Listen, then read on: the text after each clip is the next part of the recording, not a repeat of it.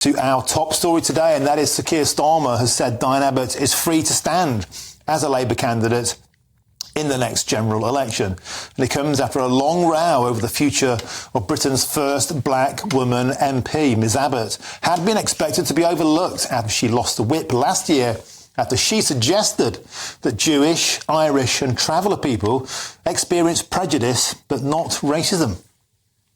Well, joining me now to discuss this is former Labour Party advisor Scarlett MccGwire. Ahead of Scarlett getting up, let's just go back over the details of that letter that Diane Abbott sent to the Observer on the 23rd of April 2023. She said, "It is true that many types of white people with points of difference, such as redheads, can experience this prejudice," the prejudice of racism, she meant. But they are not all their lives subject to racism.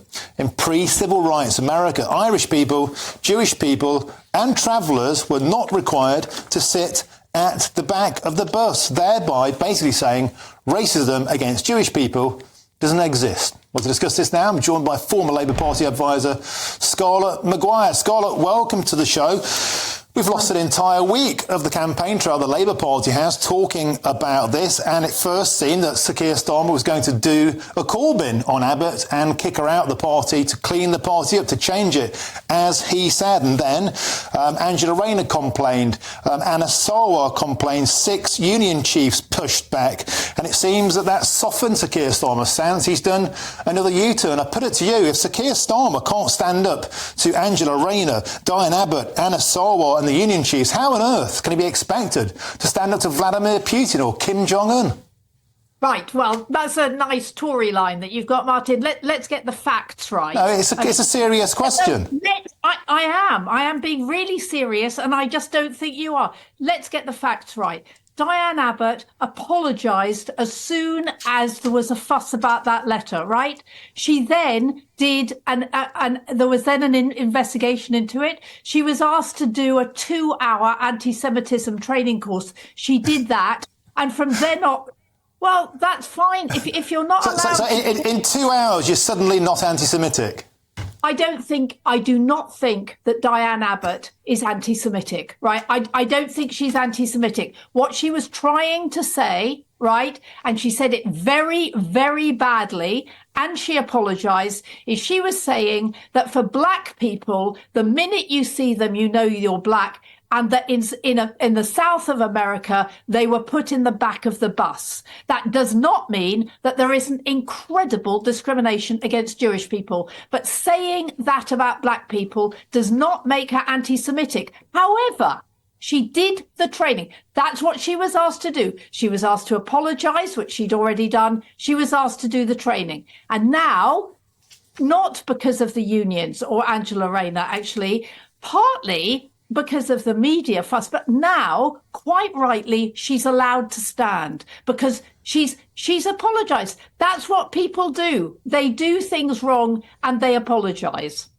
Scarlett, do you think, let's just flip some of the meanings around in this letter. Do you think, for example, I don't know, if she said black people can't experience racism because they didn't experience the Holocaust, do you think that kind of logic would be allowed to be reprogrammed with a 2-hour online training course? No, Martin, that's not what she said, was it? Let's get what she said straight.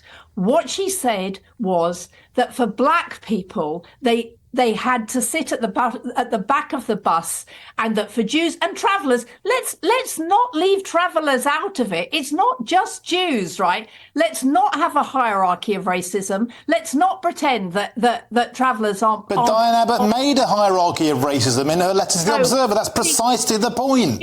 She was trying very, very clumsily, for which she has apologised. She was trying to say that there is a difference in perception. And actually, you know, a lot of key Jews I have spoken to about this before and after, right? I mean, I remember working for Jewish policy research and saying, when I did an anti-Semitism survey with them, saying, it's really tough for you, much tougher being black because you're always black, right? That's what she was trying to say. She said it very badly, right? It's not that there isn't incredible, that there isn't anti-Semitism, right? And it's not that the Holocaust didn't happen. But what she said is I apologise. I didn't mean to say that. And I just do not think that Diane Abbott is anti-Semitic, right? And most Jews don't either. OK, that's that then. It's all sorted. Thank you for joining us, Scarlett MccGwire. Always a delight to have your company, former Labour Party advisor.